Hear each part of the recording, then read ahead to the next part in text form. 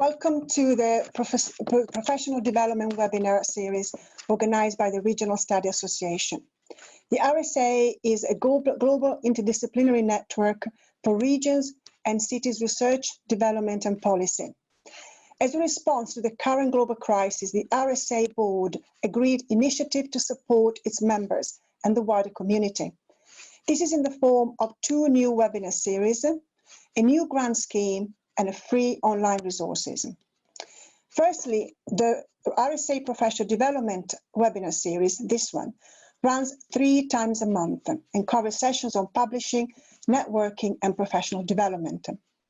Secondly, the RSA Regions, Cities and Industry webinar series delivers monthly sessions by experts in the field on regional studies, science, planning and policy.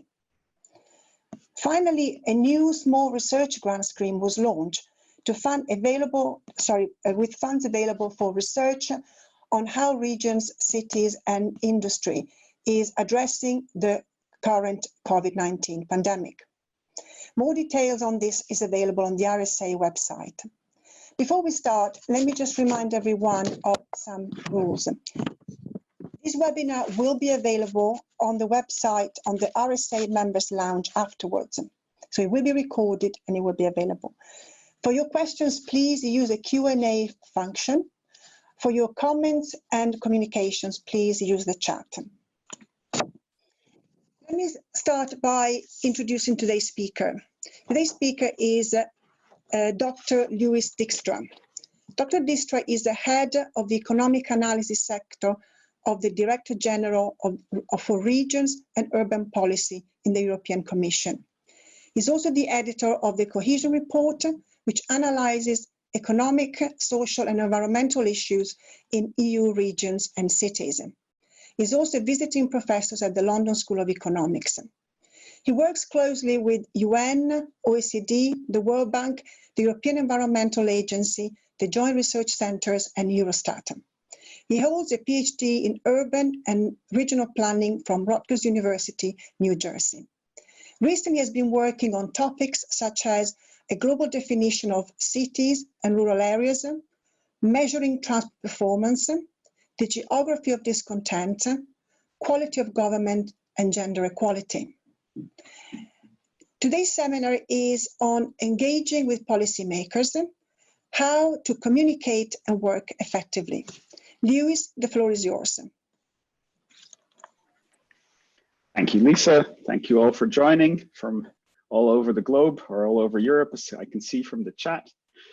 So I hope everybody can hear me well. I'll give you a short introduction into this topic, sharing some of my experience, and then we can answer some questions from the audience or from the participants. Let's see if I am skilled enough to share my screen. Great. So I want to start off not with an apology, but maybe with a framing. Like, I'm not an academic. I mean, I'm a visiting professor, but it's more to talk about the research I do. But my study is not how to communicate science to policy and policy to science. It's actually my job. So I'm not going to give you a very academic presentation, but I'm just more going to share you what I've learned from trying to do this for a long time. So when you're talking to policymakers, it's tricky. I'm quite academic by nature. I like technical things. I like details, but policymakers tend not to. So really, if you want to talk about some of your work, you need to find a hook, a new angle, or a good entry point that kind of grabs their attention. Stylized facts or factoids can really help, you know, something surprising that you've come across in your research. Also, you know, a catchy title goes a long way. We published a paper called The Geography of EU Discontent, and that really caught a lot of people's attention. Recently, a book called The Deaths of Despair came out by 2 Nobel Prize-winning economists. I mean, alliterations help. I did a presentation at the last RSA conference talking about disinvestment, disparities, and distrust. You know, catchy things help. It's not it's just a way of communicating better in many ways. Also, I think we need to be selective. I do a lot of different type of work, and a lot of it actually is not for policymakers. It's too detailed, it's too technical, it's not big picture enough. So really pick the stuff that you think is the easiest to communicate and most directly relevant to their work. And whereas we are trained to kind of present our research as part of academic debates, ongoing history, the evolution of scientific inquiry, that's not necessarily the best way to capture the attention of a policymaker. So it's much better to link it to current events, debates, or issues, and not against this academic historical backdrop, because it won't resonate. And the other thing is, it's really important to simplify your message as much as possible.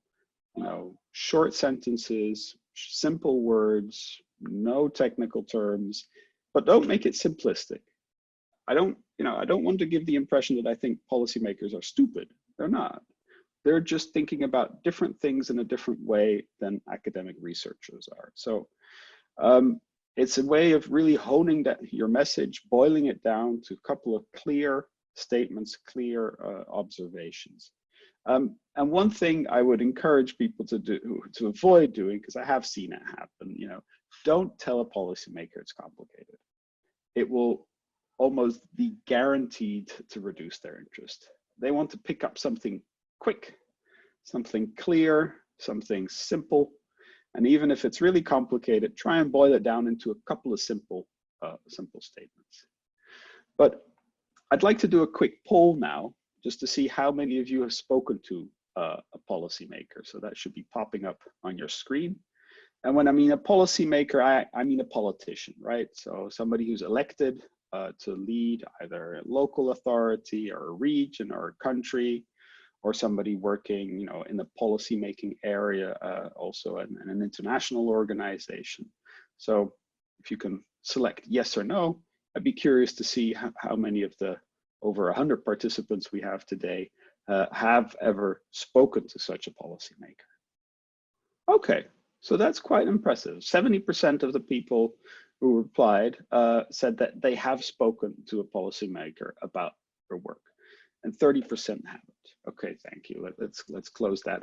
The reason I wanted to ask that question, because even in my experience, it's quite rare that you get to speak directly to somebody who's taking decisions. I mean, I work in the European Commission. I do a lot of notes and briefings for my commissioner, but I may only meet her once or twice a year, if that. And many of my colleagues will never meet her, even though they are preparing briefings and proposals for her on a weekly basis. So in many ways, your indirect communication is more easy to organize and also potentially more successful. Because just as in a webinar, you want somebody to introduce you as a speaker, it's also more convincing if somebody else tells a policymaker like, oh, this work is really useful, this work is really interesting. So I really would emphasize, to get to policymakers, think of the direct route as a fairly rare opportunity and not one you should prioritize. If you're trying to influence national government, you're not going to try and get on the phone with the minister, but you're going to try and influence people who could change his or her mind. And so that's why I think it's very important to work with other organizations, and especially other types of organizations, so non-academic organizations. It can be part of the university, it can be a research center or institute, it can be a think tank, but really try and work with organizations whose goal is not to publish an academic paper, because this is the key thing, right? You want to reach a different audience, and to reach a different audience, you need to write in a different style. And other organizations can help you to learn that style, but also help you reach that wider audience. I also think it's important to work with government if you get that opportunity. I don't know if academia necessarily rewards that, but I think it can be a very useful experience to understand what are the priorities, what are the concerns in government, and what's on the minds of civil servants. It'll give you a feel of what the policy debate is about, what the issues are currently, etc. You can also work with lobby organizations. They are much more used to communicating to policymakers, and if they like your research or find it useful, they'll use that and they'll plug you. Also, working with international organizations can be rewarding. As you heard from Lisa, I do a lot of that. And I also try and help, it helps disseminate the work you're doing. For example, with the OECD, we developed a city definition, and that has now been endorsed by the UN, and the World Bank is using it. But also, for example, we developed the European Union Regional Competitiveness Index, and that was something we had developed together with the World Economic Forum. So I really find these kind of cooperations very fruitful. They're not easy because everybody looks at issues in a different way, and every organization has their own peculiarities and their no-go areas. So there's a lot of negotiation going on, and it takes time. But if you do manage to get consensus or buy-in from another organization, it really helps to disseminate your work.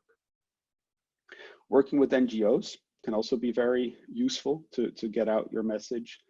And even political parties. I mean, they are maybe not the first ones on your list, or maybe they are exactly, but also they can help further a message. The only risk with a party is that, of course, your research might be seen as more partisan than if you work with an NGO or a think tank.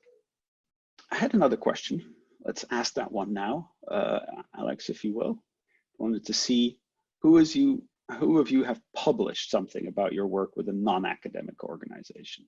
Just if you can give me an indication about that, that'd be great. Okay.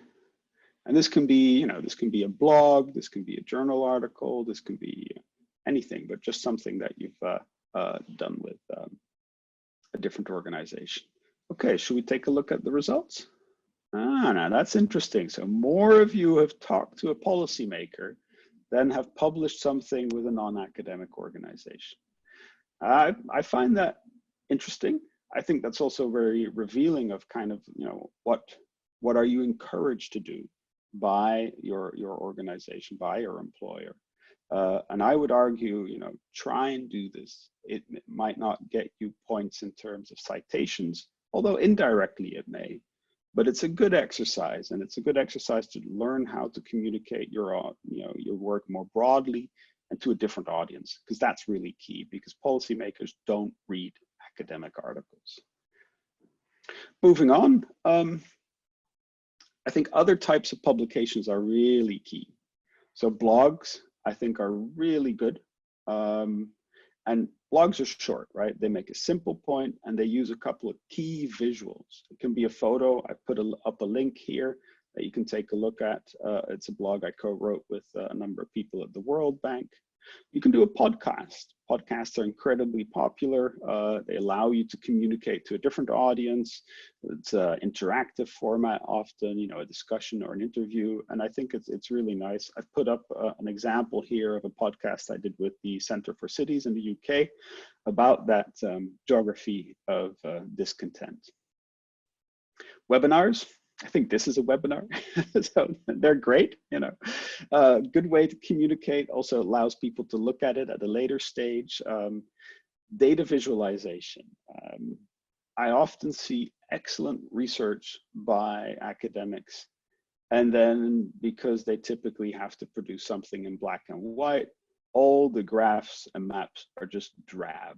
They don't speak, they're hard to understand, they're hard to read. It's a different skill, but spend the time on it. A good visual really will get your message across much faster. Some universities will do a press release for particular reports or pieces of work. Work with them, do that. You can also promote your work on social media. I still haven't forgiven Facebook for Brexit and Trump, so I'm not very active on that. But you can be active on Twitter and LinkedIn as well, or Instagram. I do think it's an important way to get your work out there. And just to give you an example, this is my one and only Twitter hit ever. It's a very simple map showing life expectancy in the US and in Europe. It's even a bit older, although same patterns can be found. But we did something very clear. We created 2 color ramps and we broke it at the EU 28 average. And so you can instantly see that the only states in the US that have a life expectancy higher than the EU average are Minnesota and Hawaii. All the rest had a much lower life expectancy. And because this is so clear and this is so intuitive, people can look at this and get the main message right away. It's more of a factoid, but to people used to thinking about the US as the greatest country in the world, it is a bit of an eye-opener and it is a bit of a shock. So on Twitter, this caused a lot of debate, some of it kind of frivolous, blaming our long summer holidays or our love for tomatoes on this. But it does make a point that, you know, the richest country in the world may not have the highest life expectancy in the world. So you know, this is an example how with a carefully crafted data visualization, you can make an impact on a platform like Twitter. Okay, I think that's it for me as a quick intro. And now we can move over to the Q&A. Can you hear me? Good. Sorry, my computer all of a sudden decided to do something different. Let me start with, we actually have quite a few questions, so I'm very pleased to say that. And one that seems to be kind of an opening, could be quite an opening question for us is, how would you define policymakers? It's a good question, and it's not a straightforward one to answer. I consider myself to be, for example, as a civil servant working in the European Commission, in a bit of an ambivalent position, right? I do prepare policies, I do propose policies, but I don't necessarily decide them. You know, so I think as the civil servants, not necessarily as policymakers. So I'm more thinking about people who've campaigned, who are elected.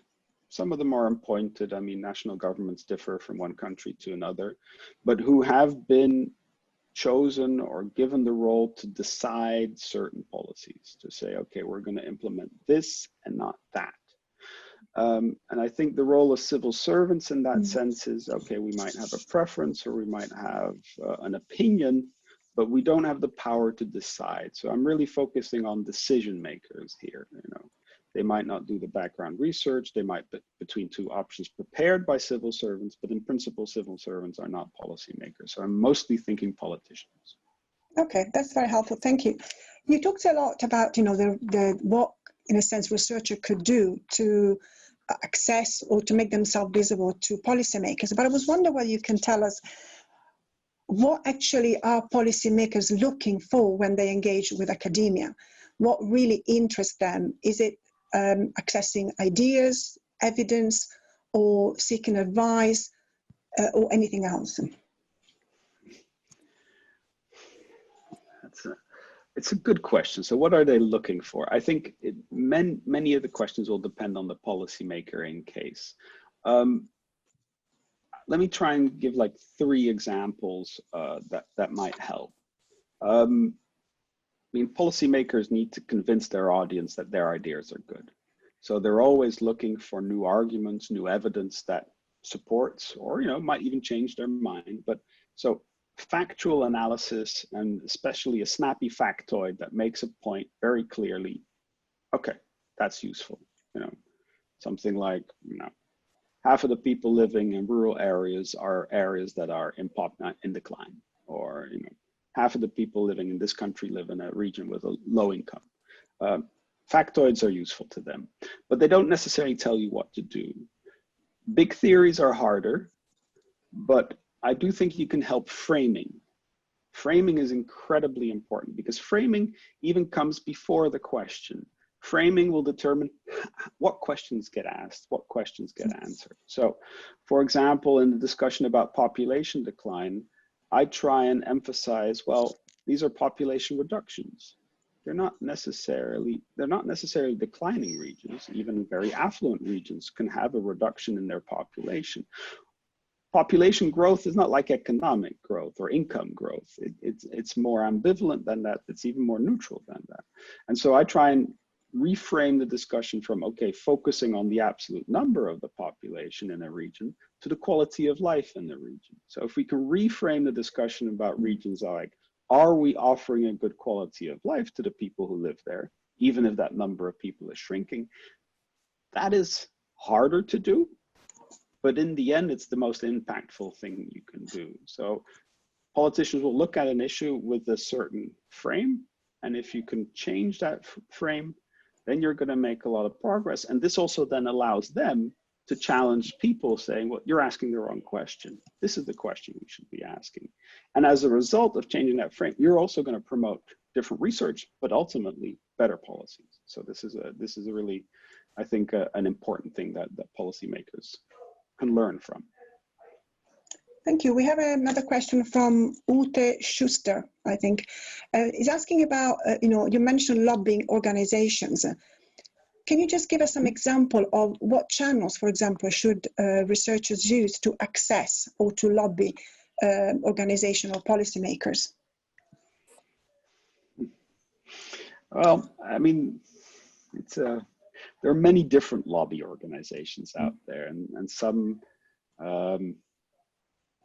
you might be a member of, or some you have a natural affinity with. But I think it's important to reach across many different types. So one is the typical organization that represents a sector or represents a profession. It could be entrepreneurs, it could be the car industry, it could be the coal industry, or it might represent a particular type of region. We have associations of mountain regions. So there are a lot of different organizations out there. Some are clearly thematic, transport and environment, for example. They're very clear about what they're trying to achieve. And you have NGOs that are also lobbying governments, like World Wildlife Foundation, WWF, or Greenpeace. So I think it's important to get them to see if they can use some of your work in their discussions, because that will then,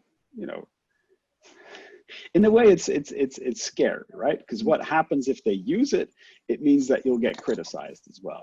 And I actually try and convince my hierarchy that if they get complaints about my research, that's a good thing, because it means people read it and they cared enough about it to complain about it. So it does expose your work, and that has costs. But it also has the benefit that other people will start looking at it, and it might take it more seriously. My work on quality of government, for example, really had an impact in the medium term on cohesion policy. We spend much more attention and more funding on improving governance across the EU. But this was primarily done through work we did with Andres Rodriguez Pose, showing that low quality of government had a big impact on cohesion policy and reduced our impact and reduced economic growth in those regions. And so that was through an indirect way that we made an impact on the policy. So I think talking to other organizations working in your area of expertise is useful. How to contact them, having a network is useful. You can use LinkedIn. If you have personal connections, even better, and pitch an idea to them. Pitch a one-liner, pitch a paragraph, attach the paper. They won't have paid for access to subscription-only journals, so give them one of your free access links if you have one. But really try and portray it from their angle. What are they looking for? They're looking for a convincing argument. Here is some research that you can use to strengthen this particular case. Very, very, very interesting. There is another question which seems to gather quite a lot of interest. You said in I think one of your answers that some of this networking takes time. It takes time to get to know maybe the policymakers, to engage with them, or to create a link between academia and the policymaker. But some issues are really topical, for example, climate change. So the question from Suzanne Lundquist is, for example, how can research academia and policymaking, in a sense, find the urgency of meeting each other to develop a dialogue to improve policymaker policy making, also on the basis of the evidence that is coming out of academia? Yeah, now this is an excellent question and touches on an issue very close to my heart. You know, the climate crisis is urgent. We need to do things now. A lot of things are happening, but a lot of them too slowly. And we're still faced with a number of politicians who seem to be in denial. You also see companies spending money to sow doubt around that. So I think for me, the climate crisis is a key example of where disinformation and the gap between popular perception and the research is slowing down our action. So everything we can do to communicate our work better and more broadly can help on that front. A lot of people are reluctant to believe that it's this big of a problem and that we may need to change our lifestyle, our choices, our societies to address that challenge. But I think here we also come to a question of how do you communicate? How do you convince doubters? I don't like what I've called in the past project fear or project shame. You know, trying to shame people because they took a flight to, you know, Mallorca, or they went on vacation with an airplane. Is this how we're going to convince people that we can address climate change? I don't think so. So for me, the climate crisis is something which is unfolding slowly. It's incredibly urgent, but to make sure we can address it, we need to convince a larger share of the population that we really do know what we're talking about, that we really can address this, and that if we do so now, the impacts are maybe even going to improve our quality of life, right? I think the biggest concern about this, and why a lot of people are reluctant to believe this, is because they're terrified that their quality of life and that of their children is going to deteriorate. So they're almost more comfortable hoping that it won't happen than accepting that we need to fix this. So I think a positive message and a message to the wide audience is important there, and that needs to be well crafted. That's quite an interesting answer, because of course there is a need for identifying issues which are really topical. At the same time, policy making has its own cycles and its own times. So I think that's the trade-off. And linked to this topic, there's a question which is, again, quite a few people are interested in, and it's about methodologies, because academia can use both, you know, qualitative methodologies and more quantitative methodologies. And for example, in the climate debate, there are very, very high-tech issues which might not be accessible to everybody, and others, on the other hand, which are more accessible. So the question is, do you think, and you talked about making the message, you know, simple but not simplistic, and so the balance is how much how much evidence is sometimes necessary to ground an argument that politicians can or policymakers can accept, without, in a sense, making it too inaccessible. And on the other hand, if we're looking at a message which is not necessarily evidence-driven, then of course the policymakers cannot feel confident in their message. So how do you strike a balance between quantitative and qualitative evidence, and how is policymaking juggling that balance? Again, a very interesting question, and thanks for that.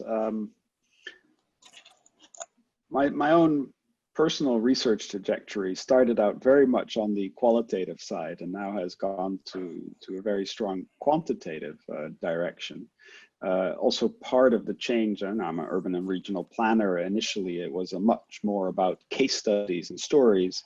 Now we have more data. We do a lot more quantitative analysis. But nevertheless, I think qualitative research can make a real difference, and also in explaining how power relations operate, and how that kind of determines often what happens and what gets considered. So I think it's important to also present qualitative research, but I think large overarching theories that ask people to completely shift the way they think about their world are a harder sell if you're just having a quick conversation, right? But I think framing, or, you know, mentioning that, well, actually, you know, it's probably more important that you think about this. You don't necessarily need to have numbers. I mean, numbers can help, and numbers can make the case. But the numbers don't talk. They don't tell a story. It's the way you interrogate them that tell you a story. And you can tell a story with qualitative research as well. You can tell, and case studies are key. And often, especially about how policy decisions are made, it's incredibly hard to study quantitatively, right? So I think coming up with a good story is important, regardless of whether you do qualitative or quantitative research. And it's the narrative, it's the story that will convince people that, hey, that will stick in people's mind. That's what they will remember. That's what they'll take away. So I think you can really do that if you hone a clear message about an issue and frame it in a way that they can relate to. Thank you. We're running a bit over, but we have a few more minutes, so I'm going to run a couple of more questions. You mentioned the distinction. You made a distinction between civil servants and policymakers, and there's a question from Nian, and he or she is asking, can civil servants be somehow a window into accessing policymakers, who might be a bit less accessible to academia? Well, in a way, I consider myself a civil servant, so should you come talk to me? I think it's very. So the answer must be yes, then. I think it's very useful to talk to civil servants, but not necessarily because they can change what policymakers will decide, but they will be able to tell you what issues are on the table and what concerns surround those issues. So, in a sense. And also, they can use your research in their proposals and in their arguments. But to really have an impact, you need to both feed it in through the system as well as from outside the system. If they see in the media that a particular issue gets picked up, or if they hear from their constituencies that, this is an important issue, then they're going to be more inclined to look at the proposals coming through the civil service on that particular topic. Take air pollution, for example. Air pollution in European cities is not a technical problem. It's a political problem. It's a political problem that the people don't want to implement the policies that would fix it. And so if you have a technical solution that could be implemented, it's not the technical solution that's lacking.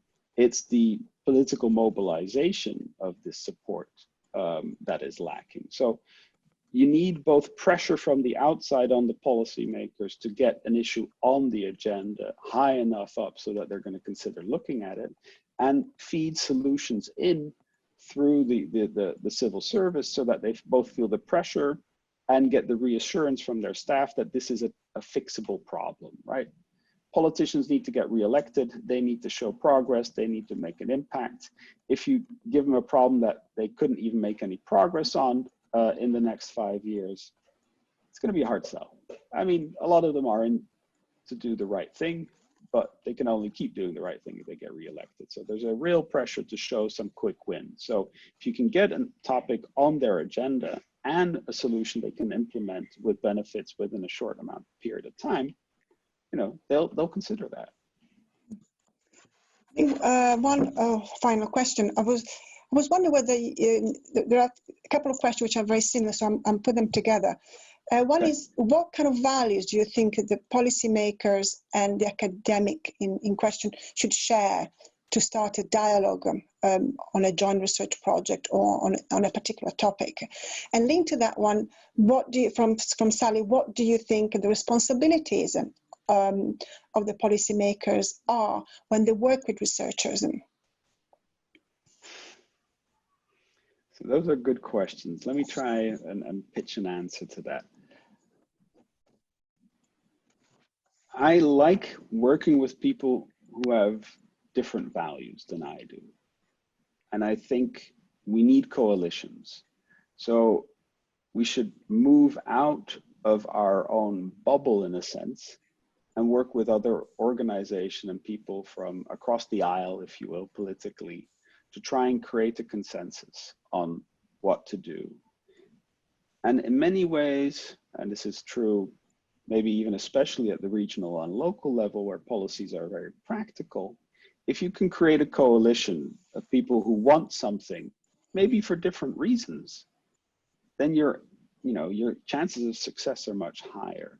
So I don't think you need to share all the values or all the political orientations. On the contrary, if you don't, but you still agree on what would be a good way forward, I think that's a very promising avenue. In terms of policymakers, they do have responsibility towards researchers. There's two things I think which are important, but which are harder to do. One, I think it's important to give credit where credit is due. If you're relying on somebody's research, acknowledge that, mention it somewhere, give them some of the credit that they deserve. And second of all, and that's even trickier, because I don't know it always happens deliberately, I think they have a responsibility to represent the research truthfully. And sometimes it's easy to misunderstand something or overestimate something. I think this is maybe a shared responsibility. I think some research tries to advocate for policy change, and it pushes the boat a bit further than the research can really allow. But at the same time, you don't want to undersell your work, right? Some work clearly has specific policy implication. It's important to spell those out. So on that front, it's difficult to really find the right balance on like how far can science actually advocate certain policies. And I think we're seeing that right now with the COVID-19, all the governments are basing it on science, but they're not all doing the same. So is science somehow different from one country to another? I mean, don't get me wrong, there's no quick fix to this, but I think as a community, I think both the policymakers and the researchers have the obligation to try and be honest about how clear and how strong can this be used to justify a particular policy. It can sometimes hint at something, and sometimes the evidence is overwhelming, and we need to try and find words to make clear how much of certainty there is there. Thank you very much, Louis. I'm terribly sorry if we don't have time to answer all the questions that are popping up on the Q&A, but that's all we have time for. I would like to conclude just by thanking Louis Dijkstra for this very interesting and really inspiring webinar. I would like to thank all the attendees, everybody for joining in and asking questions and making this debate really lively. So thank you, stay safe, and goodbye.